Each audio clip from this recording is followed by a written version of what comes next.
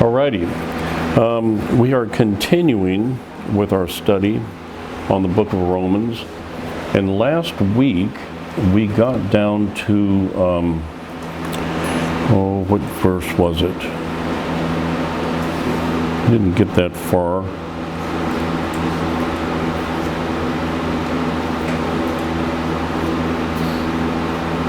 Oh wow, we made it all the way through verse 1, didn't we?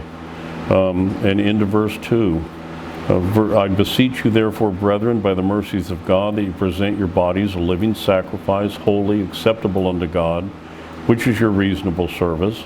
And be not conformed to this world, but be ye transformed by the renewing of your mind, that ye may prove what is that good and acceptable and perfect will of God. We were working on verse 2 when we ran out of time last week.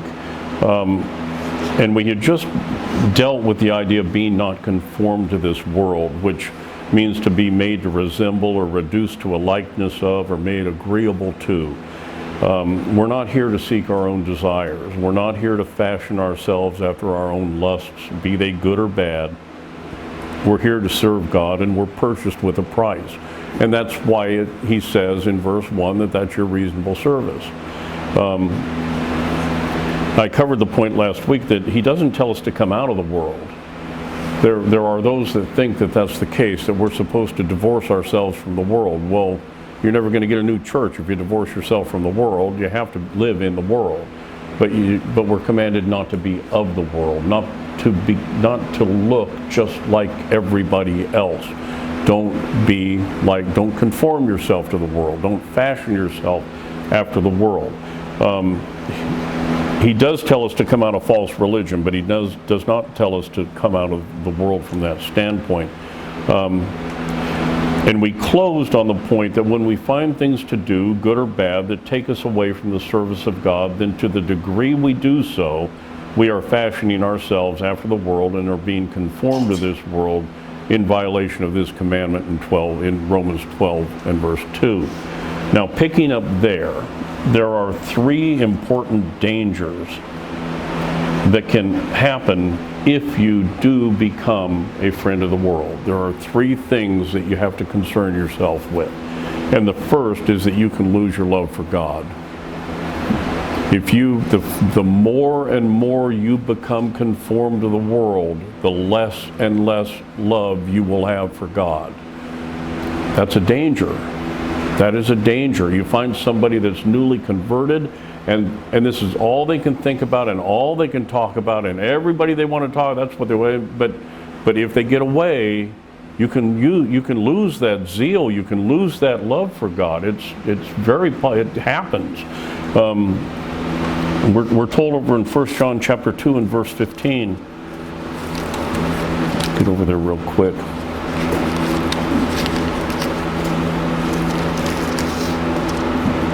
1 John 2:15, love not the world, neither the things that are in the world. If any man love the world, the love of the Father is not in him. So you can lose your love for God. It's very easy to do so. Now, loving the world here is not referring to the things in the world, but doing the things in the world, doing the worldly things, conforming yourself to the world again, fashioning yourself after the world. I made this point once before. I like to fish. There's nothing wrong with fishing, but I don't go fishing on Sunday mornings because that's when there's church. I don't fashion myself to where that's the most important. If you like to play golf, fine, play golf, but don't set your tee time at 9 o'clock on a Sunday morning, because if you do, over time you will fall into this category where you will just start to move farther and farther and farther away, and you will lose your love for God. This is one of the big problems that we have with non-resident membership. And that's because you're all by yourself. You're living completely by yourself. There's no one to be accountable to. There's no one to watch you. There's no one to help you. There's no one to pick up the phone and call and say, hey, are you okay? You weren't in church this Sunday. Are you all right? Everything okay? There's nobody to do that. And as non-resident members, it's very, very, very hard to stay a member very long. There are so many of them that eventually just drift off for this very reason, because there isn't the accountability of the church. The second thing that can happen, Galatians chapter 1,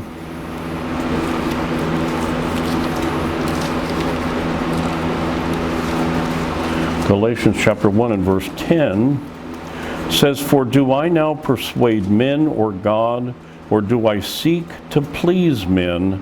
For if I yet pleased men, I should not be the servant of Christ." If you start to fashion yourself after the world, then you end up being a man pleaser. And if you begin to please man, then you're not the servant of Christ. That's the second thing that can happen. You lose that. You lose the fact that you are that servant.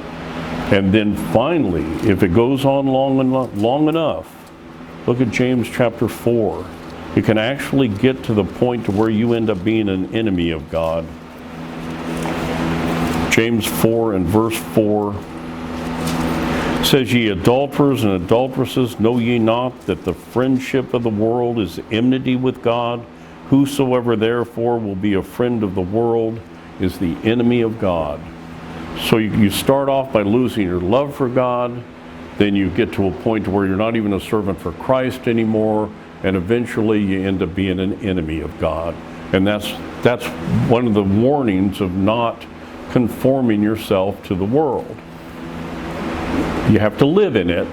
I understand that, and you got to deal with the muck and all the rest of that, but don't become it. Don't become the world. Okay, now where are we?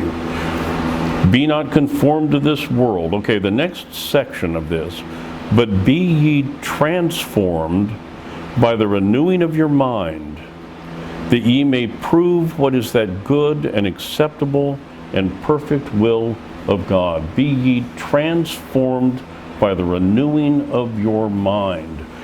First, I want you to turn to 1 Corinthians chapter 2.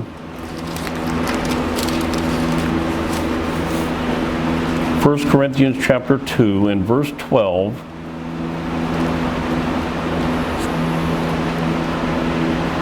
Where we read, "Now we have received not the spirit of the world, but the Spirit which is of God, that we might know the things that are freely given to us of God."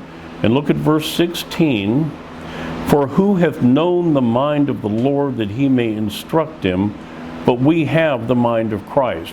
Now the point that I'm going to get to here and build on is this transformation is not regeneration. Some people will think that the transformation is how you go about getting saved eternally. That's not what Paul is saying. You don't have anything to do with that. This transformation is a transformation because your mind has already been renewed in regeneration. You have the ability to change your manner of life, and that's the transformation that we're talking about. So we're not talking about some sort of eternal salvation that you're supposed to accomplish by going out and renewing your mind. We're talking about a renewing of the mind that has already taken place in regeneration. Now act on it. Now take what was given to you and act on it. Live like you should. Transform your behavior according to who you now are as a result of being born again. Look also at Ephesians chapter 4.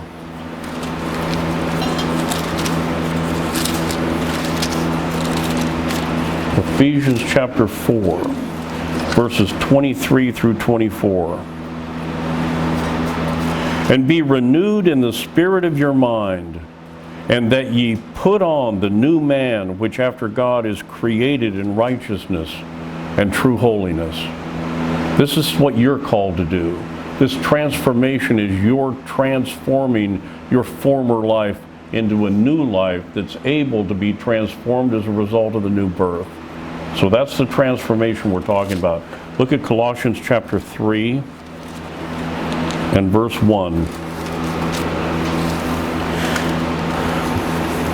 "If then ye be risen with Christ, seek those things which are above, where Christ sitteth on the right hand of God." So you see the transformation, we're not talking about being born again, we're talking about what you do after you're born again. That you transform, that you change. Now, the word transformed means changed in form or external appearance. Changed in form or external appearance. Not internal appearance, external. Your life changes. You change your life as a result of this. Look at Philippians chapter 2 and verse 12. Philippians 2 and verse 12. Wherefore, my beloved, as ye have always obeyed, not as in my presence only, but now much more in my absence, work out your own salvation with fear and trembling, for it is God which worketh in you both to will and to do of his good pleasure. The reason that you have the will to do God's good pleasure, the reason that you have the ability to do his good pleasure is because God already put it in there. And he tells you to work it out. He puts it in, you work it out. He renews the mind, you transform your behavior. Okay? Now, since Paul's telling us to do this, then it follows that it's something we can do. Obviously, it's within our power to do it. Otherwise, Paul wouldn't have wasted his breath telling us to do it. And so we're told to transform. Let me get back to Romans again. Be not conformed to this world, but be ye transformed by the renewing of your mind, that ye may prove what is that good and acceptable and perfect will of God. That ye may prove what is that good and acceptable and perfect will of God. The word prove means to try, to ascertain some unknown quality or truth by an experiment, or by a test, or by a standard. In 1 Thessalonians 5:21, we're told to prove all things and hold fast that which is good. To prove something means to test it, to find out whether or not it works. Look at it in the scientific world. You have a hypothesis that something occurs, that if I mix these two chemicals together, I'm going to blow up the house, right? So what do? You mix the two chemicals together to find out if you really blow up the house. If all you get is a fizzle, well, it didn't prove out, did it? If you blow up the house, well, then you're I don't know, you don't have to worry about it anymore. But the point is, we're to prove what is acceptable. Now, if you're able to transform your life to do those things that are acceptable to God, then you have the ability to do those things that are acceptable to God, do you not? And not everyone can. Not everyone has the ability. So if you have the ability, then you can prove that. Look at Ephesians chapter 5.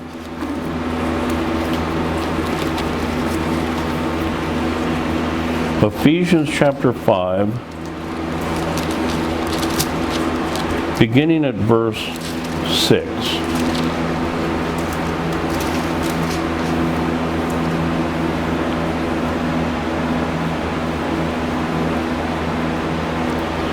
Let no man deceive you with vain words, for because of these things cometh the wrath of God upon the children of disobedience. Be not ye therefore partakers with them, for ye were sometimes darkness, but now ye are light in the Lord. Walk as children of light. For the fruit of the Spirit is in all goodness and righteousness and truth, proving what is acceptable unto the Lord. Proving, testing. And have no fellowship with the unfruitful works of darkness, but rather reprove them. For it is a shame even to speak of those things which are done of them in secret. But all things are reproved, all things that are reproved are made manifest by the light, for whatsoever doth make manifest is light. We are to prove this. Now how do you prove it? How do you prove these things are acceptable? Well, you know the things that are acceptable. We have a book full of them. And if you're able to do them, then you're proving the fact that you're able to do that. And in proving the fact that you're able to do that, you're transforming yourself by the renewing of your mind. Do you see how this all ties back in together? Remember that we're into a study on practical godliness. Paul's telling us how to walk.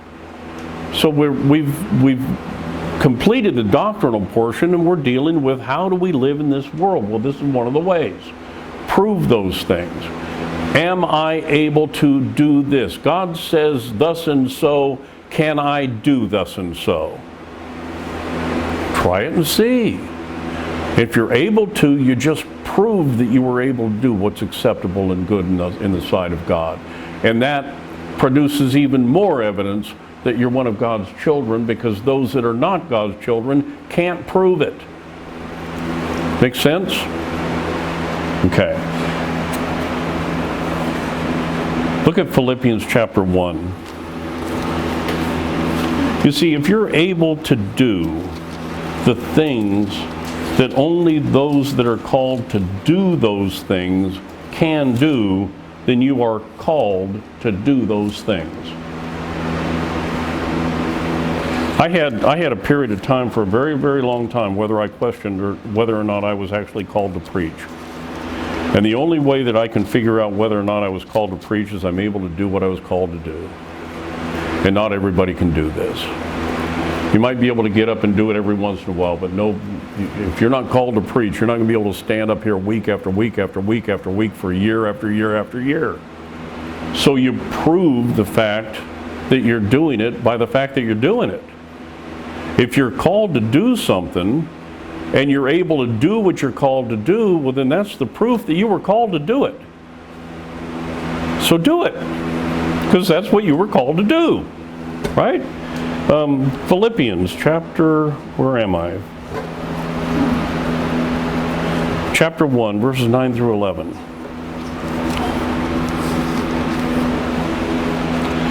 And this I pray, that your love may abound yet more and more in knowledge and in all judgment, that ye may approve things that are excellent, and that ye may be sincere and without offense till the day of Christ, being filled with the fruits of righteousness, which are by Jesus Christ unto the glory and praise of God. Do the things you're told to do. Transform yourself by the renewing of your mind, and prove those things that are acceptable to God. Okay. Where am I now? Okay, that concludes this first section here in Romans chapter 12. The outline is broken down where you've got the first two verses is one section. Then we come into another section. And this next section, once you get the outline, you'll see it. This next section we're titling Exercise of Gifts that are placed within the body. The exercise of gifts that are placed within the body. This runs from verse 3 all the way through to verse 8. So it's a pretty good sized section. Let's go ahead and read this. Verses 3 through 8 of chapter 12. For I say through the grace given unto me to every man that is among you, not to think of himself more highly than he ought to think, but to think soberly, according as God hath dealt to every man the measure of faith. For as we have many members in one body, and all members have not the same office, so we being many are one body in Christ, and every one members one of another.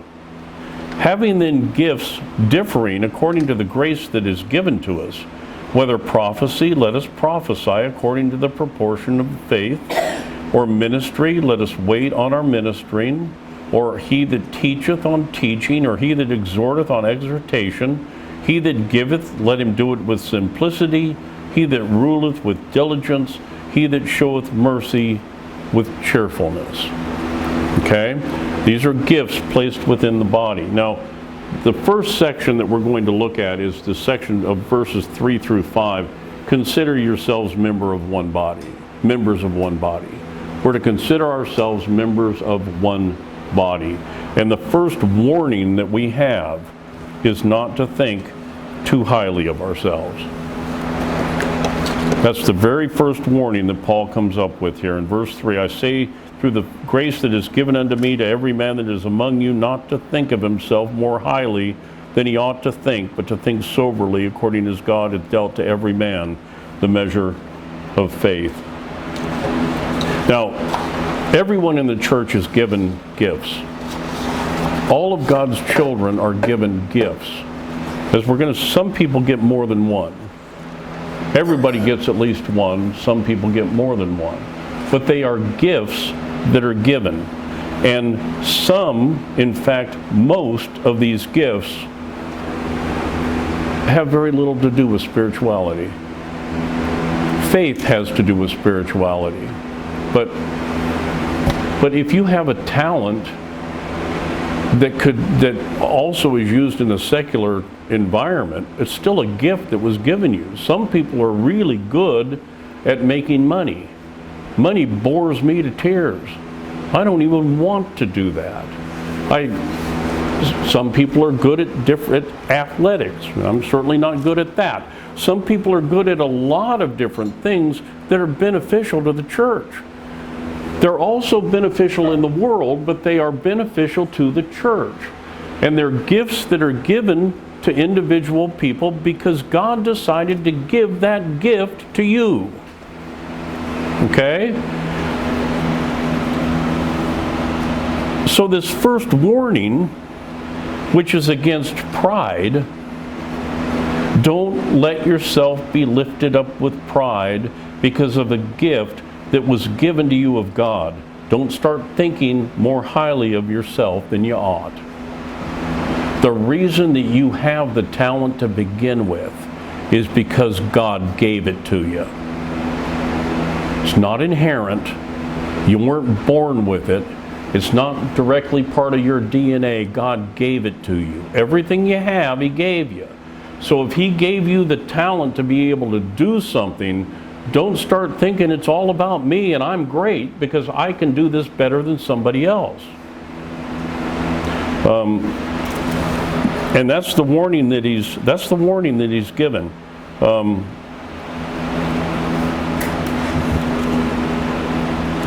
You know, when you think about the gifts that are given to the people in the church, He could have just as easily given that same gift that you have to somebody else and left you without it.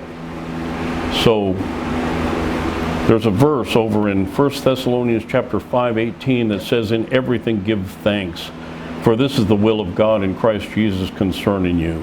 Show gratitude to God for the gifts He's given you.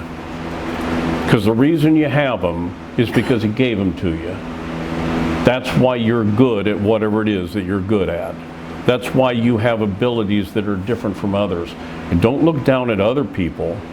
Think that I'm somehow better than them because I can do this and they can't. My father taught me a very important lesson when I was a kid. He taught me that you can learn something from everybody that you meet. Everybody knows something about something more than you know about something. I don't care who they are. Everybody you meet has some talent that they're better at something than you are. You can learn from everyone. Everyone has gifts. They're all here for a reason. God gives them out the way that He wants to give them out so that the church can work together.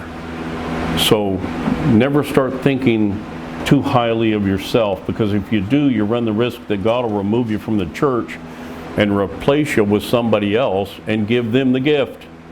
We've seen that, folks.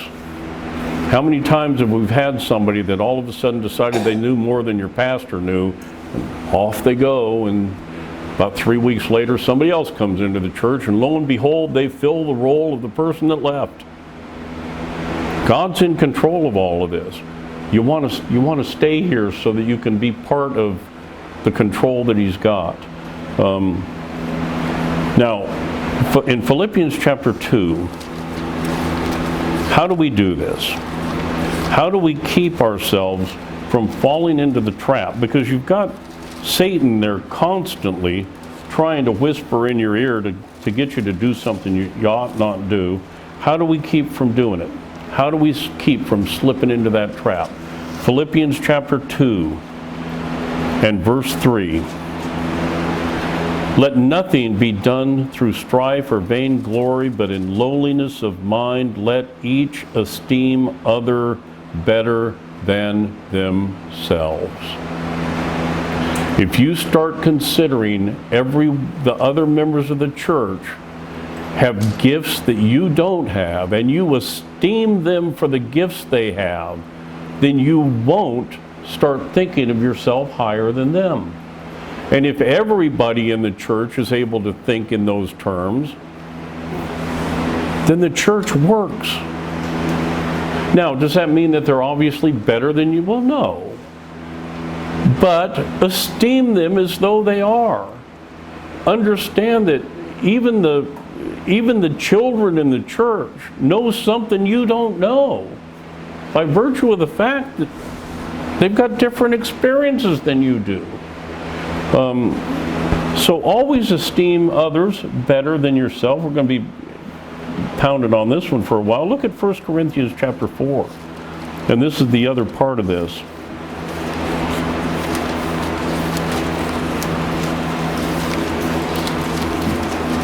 1 Corinthians chapter 4, verses 6 and 7.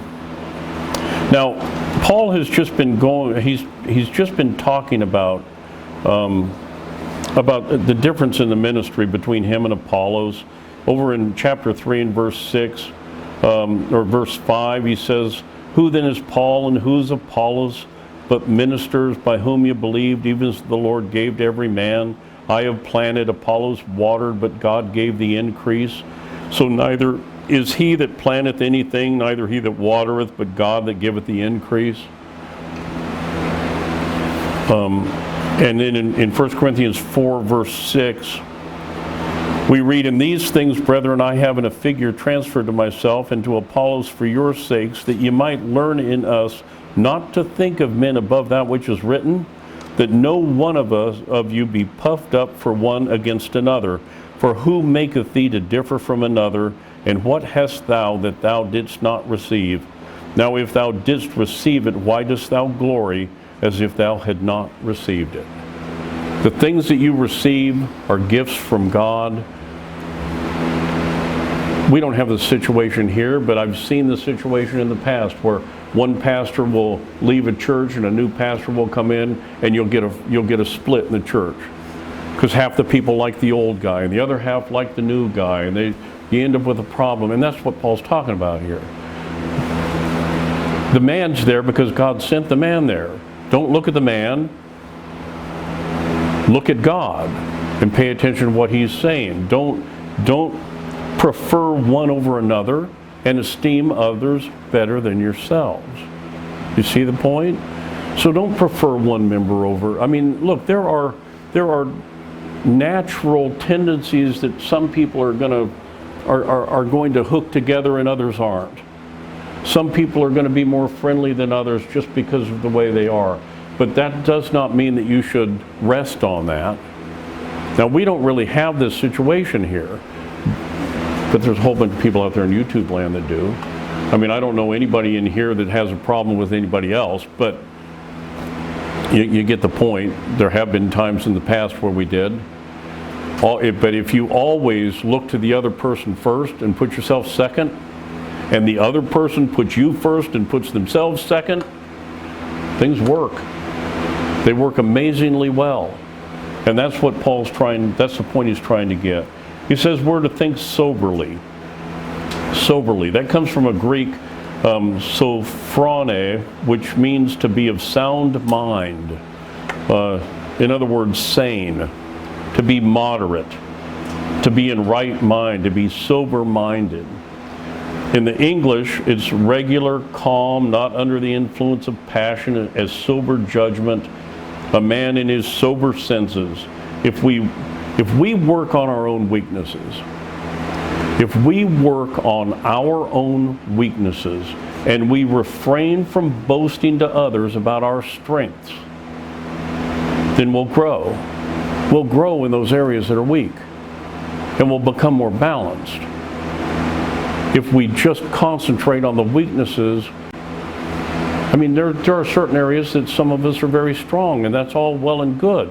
But don't start thinking that, well, I'm really good at this. I don't need to work on this one. I've got this one wired. No, work on it all. Get better at that one, but also work on your weaknesses.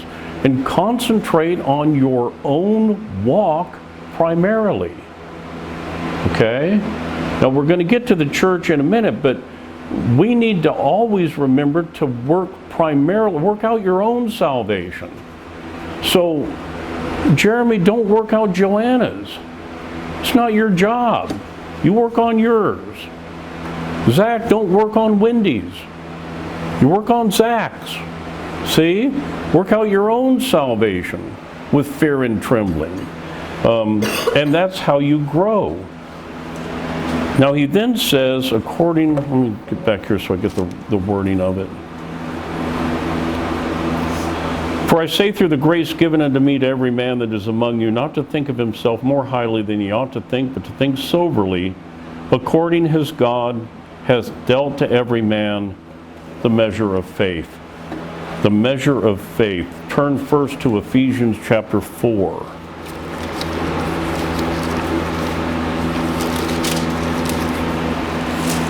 And verse 7. But unto every one of us is given grace according to the measure of the gift of Christ. To every one of us is given grace according to the measure, that measure of faith. Look at Matthew chapter 25.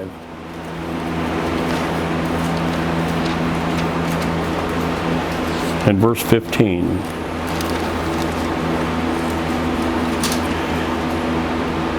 And unto one he gave 5 talents, and to another 2, and to another 1, to every man according to his several ability, and straightway took his journey. The gifts are given based on your ability. Okay? And 1 Corinthians chapter 12.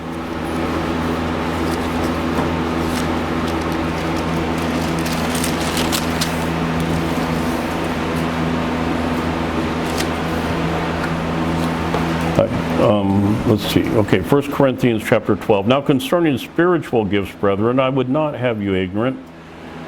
Ye know that ye were Gentiles, carried away unto these dumb idols, even as ye are led. Wherefore I give you to understand that no man speaketh by the Spirit of God calleth Jesus accursed, and that no man can say that Jesus is the Lord but by the Holy Ghost. Now there are diversities of gifts, but the same Spirit, and there are differences of administrations, but the same Lord. And there are diversities of operations, but it is the same God which worketh all in all. But the manifestation of the Spirit is given to every man to profit withal. For to one is given the Spirit of the word of wisdom, to another the word of knowledge, by the same Spirit, to another faith, by the same Spirit, to another the gifts of healing, by the same Spirit, to another the working of miracles, to another prophecy, to another discerning of spirits, to another divers kinds of tongues, to another the interpretation of tongues. But all these worketh that one and the self-same Spirit, dividing to every man severally as he will. Severally means individually.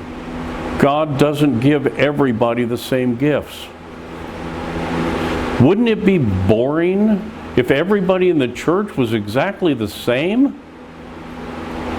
If everybody in the church only thought the same things? If there was no diversity whatsoever, we were all identical clones of each other, well then if we have a weakness, we all have the weakness. I knew a husband and wife one time that they were like Swiss cheese. All the holes matched up.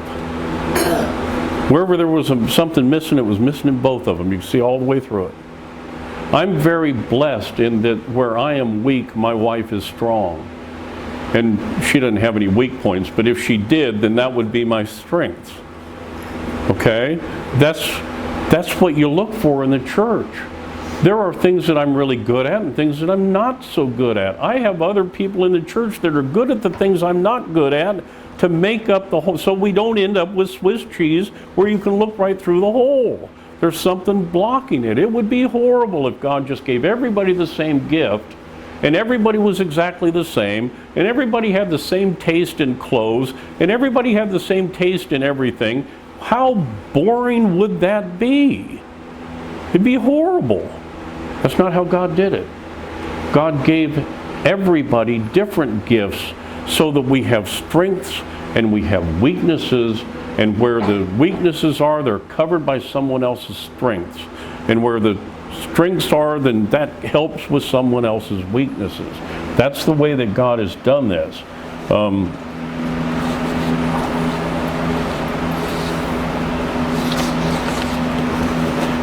And like I said, some folks get more gifts than others.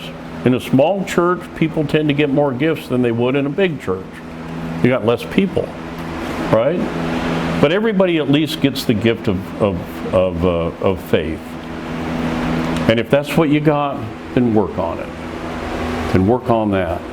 There are some people that faith might be their one gift, and they might be the strongest person in faith in the entire room, and lead as an example for the rest of the church because of the amount of faith they have. So if that's what you got, work on that. Okay? Now, this word, let me get back to Romans again. Verse 4. For as we have many members in one body, and all members have not the same office. Many members. The word members comes from the Greek melos, which means a limb or a part of the body. A limb or a part of the body. Turn to 1 Corinthians chapter 12.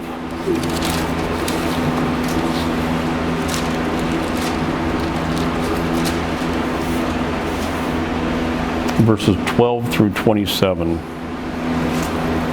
For as the body is one, and hath many members, and all the members of that one body, being many, are one body, so also is Christ.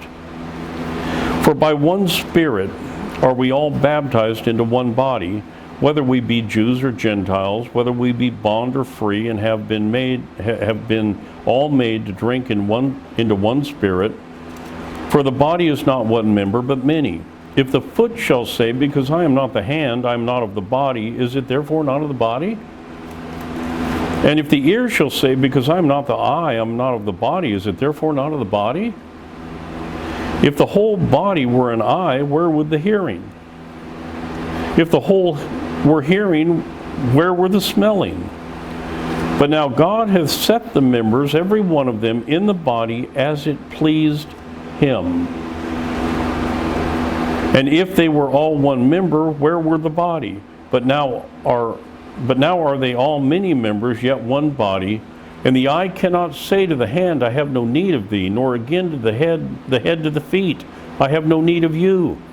Nay, much more, those members of the body which seem to be more feeble are necessary.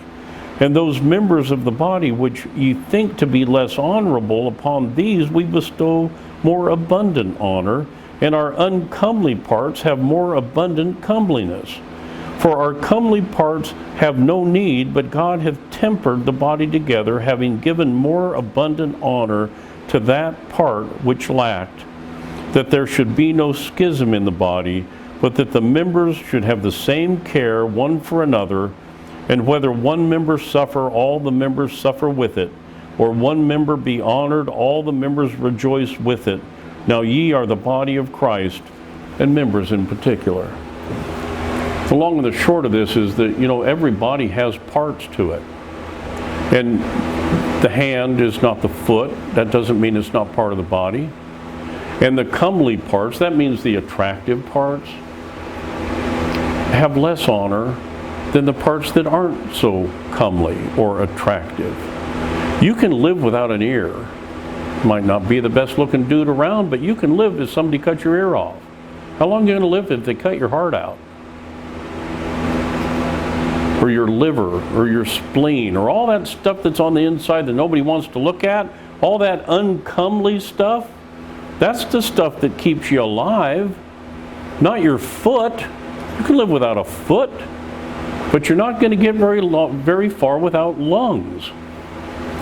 So you see, so God likens the church to a body, all these different parts of a body. Now, look also at Ephesians chapter 4.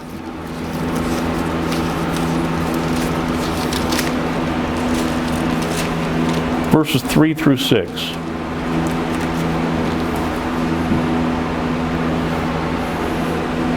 Endeavoring to keep the unity of the Spirit in the bond of peace, there is one body and one Spirit, even as ye are called in one hope of your calling, one Lord, one faith, one baptism, one God and Father of all, who is above all and through all and in you all. This church is made up, this is one body made up of a bunch of different members. And each member has a different role. Each member has a different job to do. Each member has a different, just like the different parts of a body. But you know, the parts of the body, they work together. Even though they're not all the same, they work together. Otherwise, the body doesn't do very well. Okay? There's not a lot of similarity between a big toe and a kidney. But they're parts of the body, right? Not a lot of similarity between an ear and a liver, or a heart and a wisdom tooth, but they are all parts of the body that work together for that body to remain healthy. And that's the way that God has organized the church. We are all different pieces of a body, okay? Now, sometimes in a natural body, you'll get an infection in one limb or one part of the body, and if it's left to itself, it'll turn gangrene. You've got to cut it off and remove it from the body. Church is the same way, folks. The church is the same way. Sometimes members will quit doing what they're supposed to doing, and pretty soon they turn gangrene and remove themselves from the body, and then all we can do is just exclude them and move on and hope we grow a new arm. Trust that God will give us a new one. Same type of an analogy. And sometimes in a natural body, the majority of the different parts quit working altogether. And the same thing can happen in a church. When that happens in a body, the human body dies. Guess what happens when that happens in a church? Same thing. Church dies. That's why it's important that everybody finds their role and does the best they can at it. Okay? Now, you know, it's God that takes all these different, dissimilar people with different backgrounds, with different natural likes and dislikes, with different God-given talents and passions, and puts them together in a church and commands that they get along together for the benefit of the whole. God's the one that does that. He's the one that finds the people and sticks them in the church. And He does it for His own reason. And if, or should I say, if you find someone in the church that just seems so different that you just can't imagine how in the world you'd ever get along with that person, let me give you a little bit of advice. They think the same thing about you. That's the way it is. So you're commanded to get past it. You're commanded to get past it. And if we always remember to always esteem others better than ourselves, and to work on our own problems and leave others to work on their own problems, then God's grace is sufficient to help us grow and work and get along together. Some of the biggest problems we run into in the church is when people become busybodies or start to get involved in things they ought not be involved in. And Satan knows that. And he knows that that's the quickest way to destroy a church, is to start getting people to do things they ought not do. Now, unfortunately, most of us came out of something else. And we came out of some sort of, as Jeremy would say, pseudo-Christianity, where they have a completely different way of doing things from what God says. And so sometimes it takes a while for people to understand, oh, I shouldn't be doing that. So understand that we all shouldn't be doing certain things, and some of us just know it and some of us don't yet. Or new people won't know it until they find out it. So, but there are some very important things that we need to concern ourselves with relative to this study. So I'm not stepping on toes here. I don't mean to. This is just a general statement. And I don't even know if I'm going to step on toes, but I might. I usually do.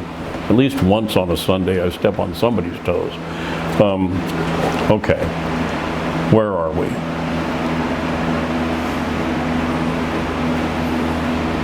2 Thessalonians chapter 3.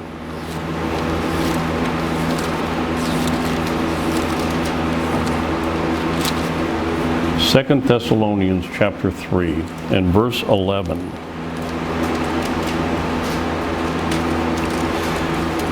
For we hear that there are some which walk among you disorderly, working not at all, but are busybodies.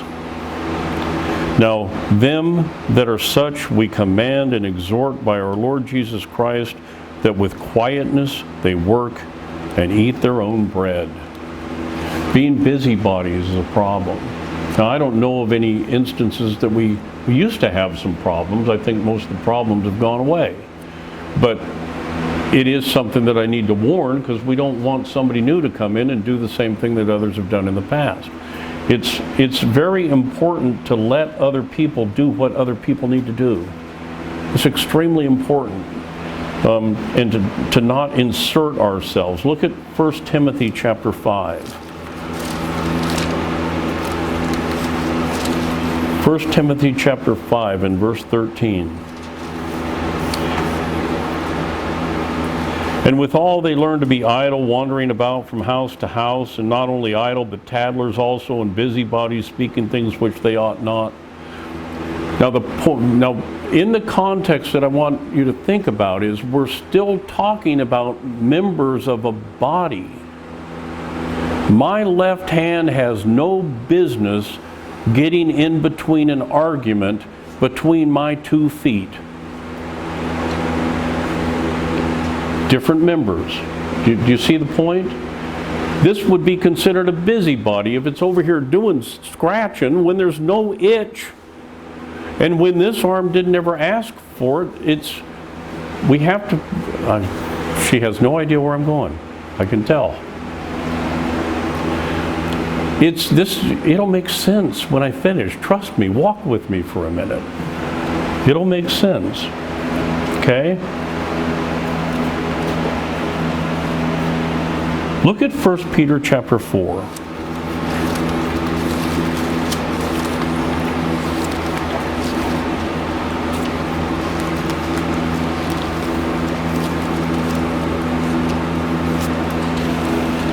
First Peter chapter 4, verses 14 through 16. If you be reproached for the name of Christ, happy are ye, for the Spirit of glory and of God resteth upon you.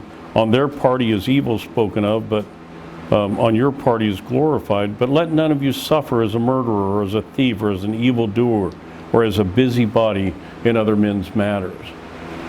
The point that I'm trying to make is that the members of the body need to deal with the things that the members of the body need to deal with, and not worry about the affairs of other members of the body that they're not attached to.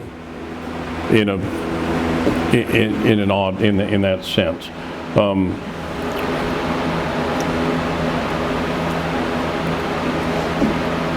If you find an area where members of the church are having difficulty, it is not your job to insert yourself into that difficulty.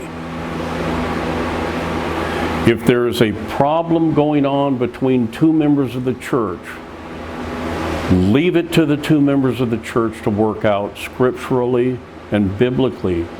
Don't stick your nose in where it doesn't belong.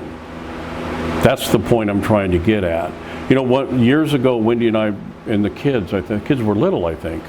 We visited Tombstone, Arizona, where the OK Corral is, and there were pictures of Native American women that had been charged with a particular crime where they had cut their noses off.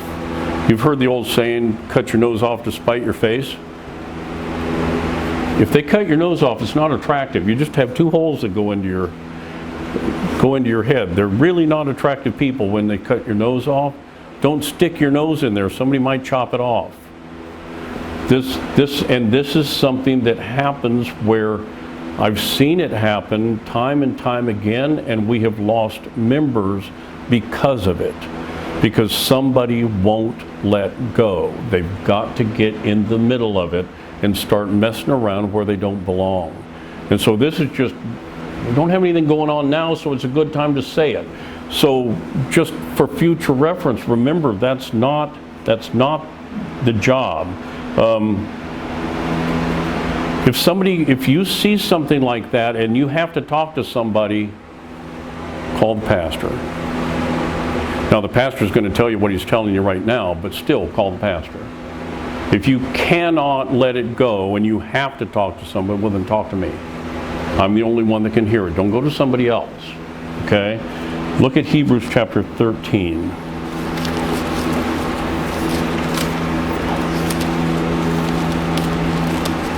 And verse 17.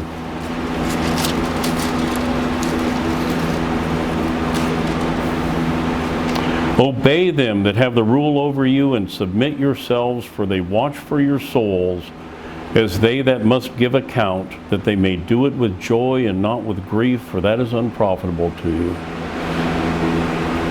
This is what I'm telling you. If you ever end up in a situation like this, where there's a problem between two members of the church, back out of it. Don't get involved in it. Let them work it out themselves. Okay? And if you hear a negative report regarding some other member of the church, then here's your marching orders. This is what you're supposed to do. Somebody says, well, so-and-so did, stop. Don't even listen to it. And advise them, either go talk to the person yourself or call the pastor. Okay? Look at Galatians chapter 6.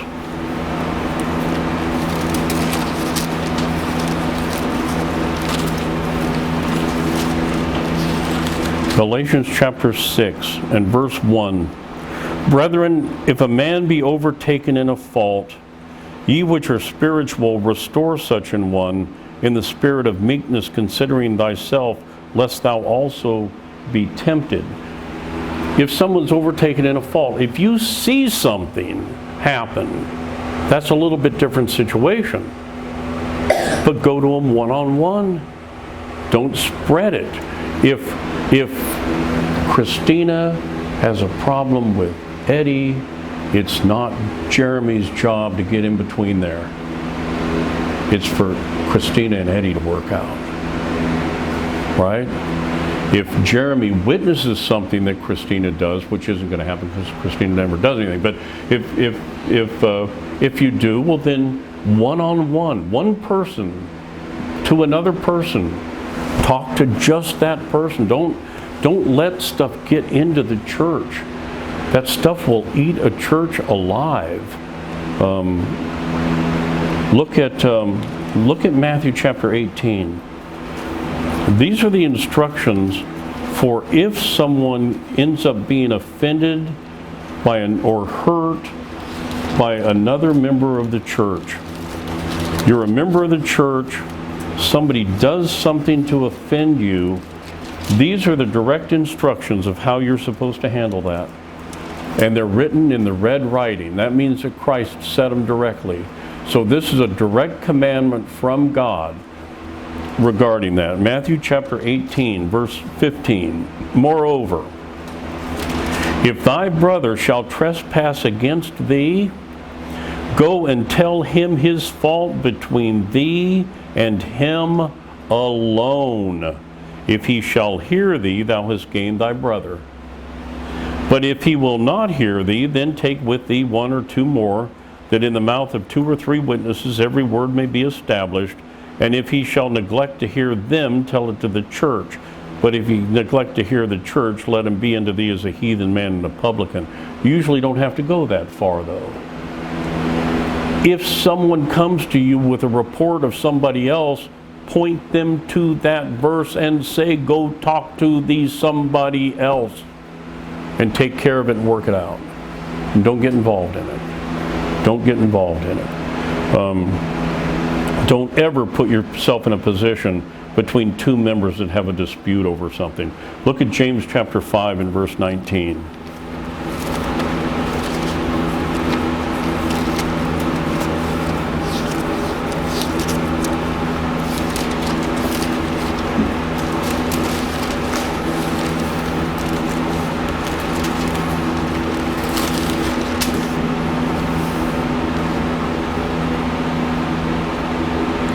Brethren, if any of you do err from the truth and one convert him. One-on-one. So, I mean, we've had I don't know how many cases of people notifying members about this or that or something. Don't deal with it. Don't get involved with it. Why? Well, first, because it's not scriptural, it's not biblical, and you're opening yourself up to be punished by God for not doing what God told you to do. That's number one. Number two, and look, I know that most people in this type of a situation, all they want to do is help. They're just trying to help. But you're not really helping by violating Scripture. And not only that, you run the risk of hurting your relationship with at least one of the two parties. If there's a problem between two brothers in the church and you stick your nose into it, you're going to lose one of them as a friend. Whichever one seems that you're taking the other one's side, you just lost them. And that hurts the church. And pretty soon you get enough bad relationships going on in the church, you don't have a church left. Okay?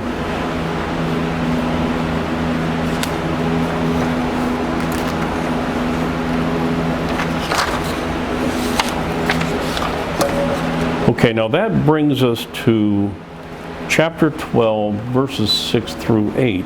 Let's look at that briefly. I don't know how far we'll be able to get, but we'll get through some of it maybe. Verses 6 through 8.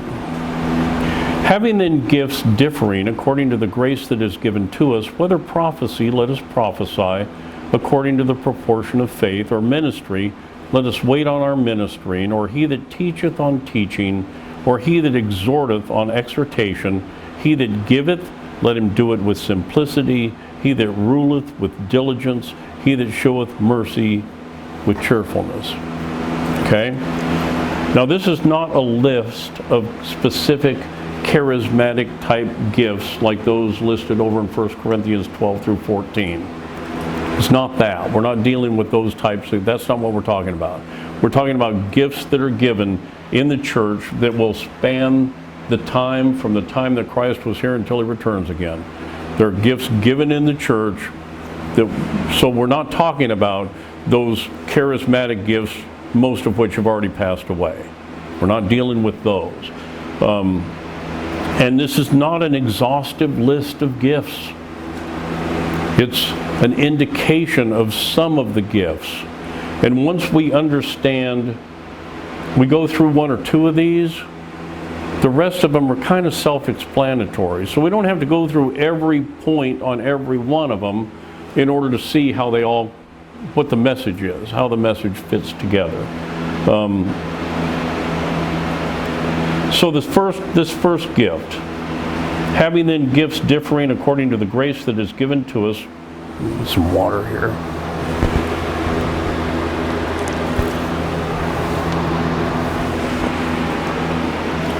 Whether prophecy, let us prophesy according to the proportion of faith. This is not the gift of prophecy where you're foretelling future events. Let me say that right from the beginning. That was a gift that was only here up until the first century. It doesn't exist anymore. It passed away with the completion of the canon. Look at 1 Corinthians chapter 13. And I've preached on this extensively before, so you can go back and look at the sermons on the sign gifts for information on that. 1 Corinthians 13, 9 through 10. For we know in part and we prophesy in part. But when that which is perfect is come, then that which is in part will be done away. Some people will say, well, that's referring to Christ. No, Christ isn't a that. Christ is a he.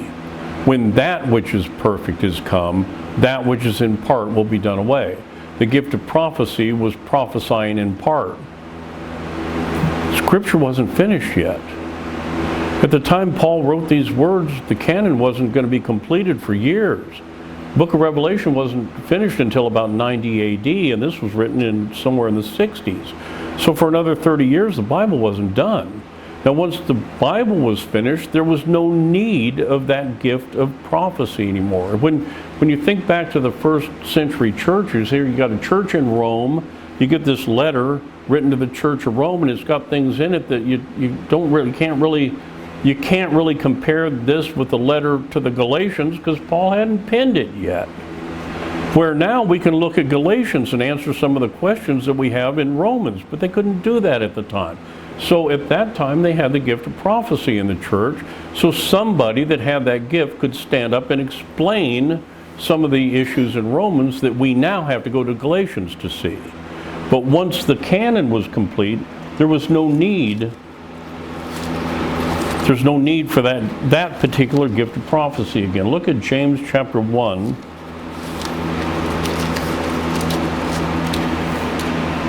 And verse 25. But whoso looketh into the perfect, that's complete, the perfect law of liberty, and continueth therein, he being not a forgetful hearer, but a doer of the work, this man shall be blessed in his deed. When that which is perfect is come, the perfect law of liberty, when the canon is finished, when the Bible is complete, when we have all of the scripture that God intended us to have, then there's no need for that gift of prophecy anymore, and it passed away. Look at 1 John chapter 1.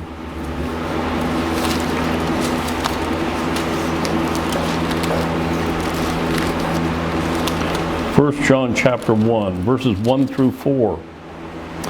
That which was from the beginning, which we have heard, which we have seen with our eyes, which we have looked upon and our hands have handled of the word of life. That's referring to Christ.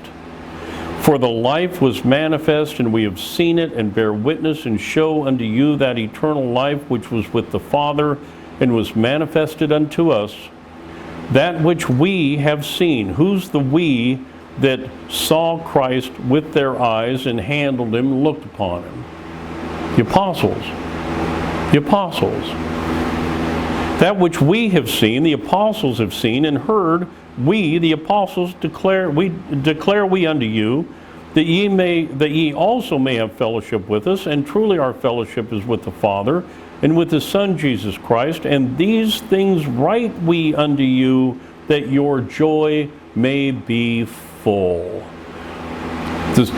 God gave us everything He intends us to have until He returns in this book. And once this book was completed, when the Apostle John put the period at the end of the book of Revelation, that's what we get. We don't need the gift of that gift of prophecy anymore. So since we don't need that gift of prophecy, that's not the gift we're talking about. Okay? But there's another use of that term that we find in Scripture, and it's preaching the gospel. It's explaining the Scriptures. That's what the gift of prophecy is that Paul is referring to here in Romans. The gift of prophecy, having then gifts differing to the grace that is given, whether prophecy, preaching the gospel. Let us preach the gospel according to the proportion of faith. Those men that are given that gift, I don't have the gift to tell you what the future is. I have no idea what the future is. I don't even know where I'm going for lunch today. My wife will figure that one out. But you see, but I preach the gospel. I am explaining the prophecy to you, and that is a gift. That's the gift of prophecy. So whether that gift is given, that gift isn't given to everyone in the church, but those who have this gift of opening and explaining scriptures ought to make use of it, constantly attending to it, diligently preparing for it by prayer, by reading, by meditation, and continually exercise it as opportunity presents itself. That's what he's saying. Whether the gift of prophecy, then prophesy according to the proportion of faith.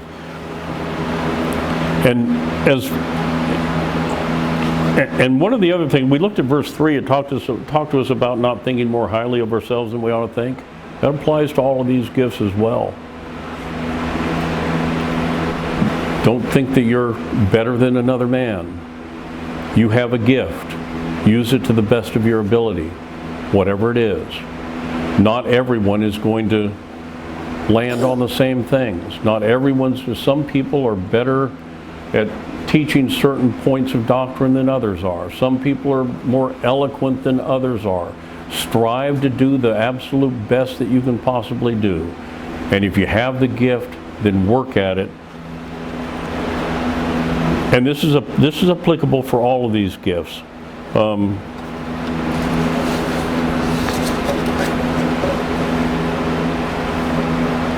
Now, this statement, the proportion of faith. A proportion of faith, according to the measure of faith, according to the abilities bestowed upon him. Do the best you possibly can with what you got. And this applies to every one of these gifts. Any gift that's given you, work on it like it's the most important thing in the world. And if you do, you're going to grow, the church is going to work, church is going to grow spiritually, maybe not in numbers, but spiritually it will. And constantly give thanks to God for the gift that you have and ask Him to help you use it to the glory of God. Now, the next verse says, or ministry, let us wait on our ministering, or he that teacheth on teaching. Ministry here, it's in the sense of service. It's not just ministry like we would think ministry, like what I'm doing. Ministry is referring to service. We're running short on time. I'm going to give you a couple of verses, let you look these up on your own. John 12:26, Acts 6:1-5, Acts 11:29 with Acts 12:25. And you'll see this idea of whatever service you are in. It might be medical service. You might be a nurse. That can be considered a ministry. Do that to the best of your ability. See the point? And teaching,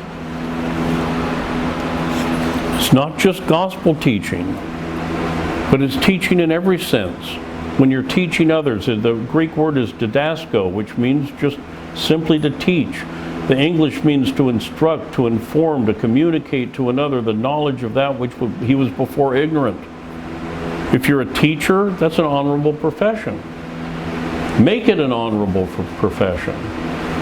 Do it to the best of your ability. Be honest with it. Tell the truth.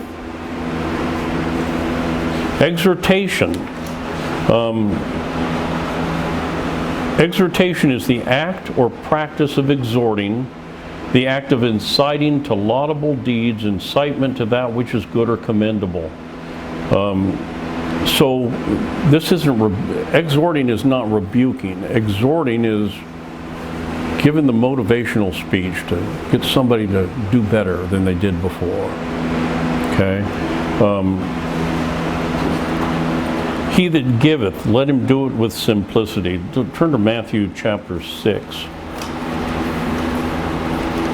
I'm kind of rushing. I want to try to get through the end of this before we close this morning. Matthew chapter 6. This is one of the reasons we have a box. And we don't pass the hat.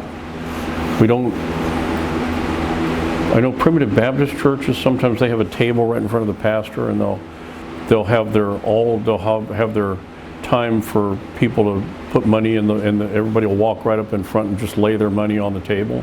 So everybody in the room can see who put the $1 bill there, and everybody in the room can see who put the 100. Okay? It's not how it's to be done. That's not how it's to be done. Look at Matthew chapter 6, verses 1 through 4.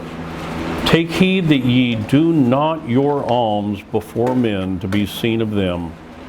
Otherwise you have no reward of your Father which is in heaven.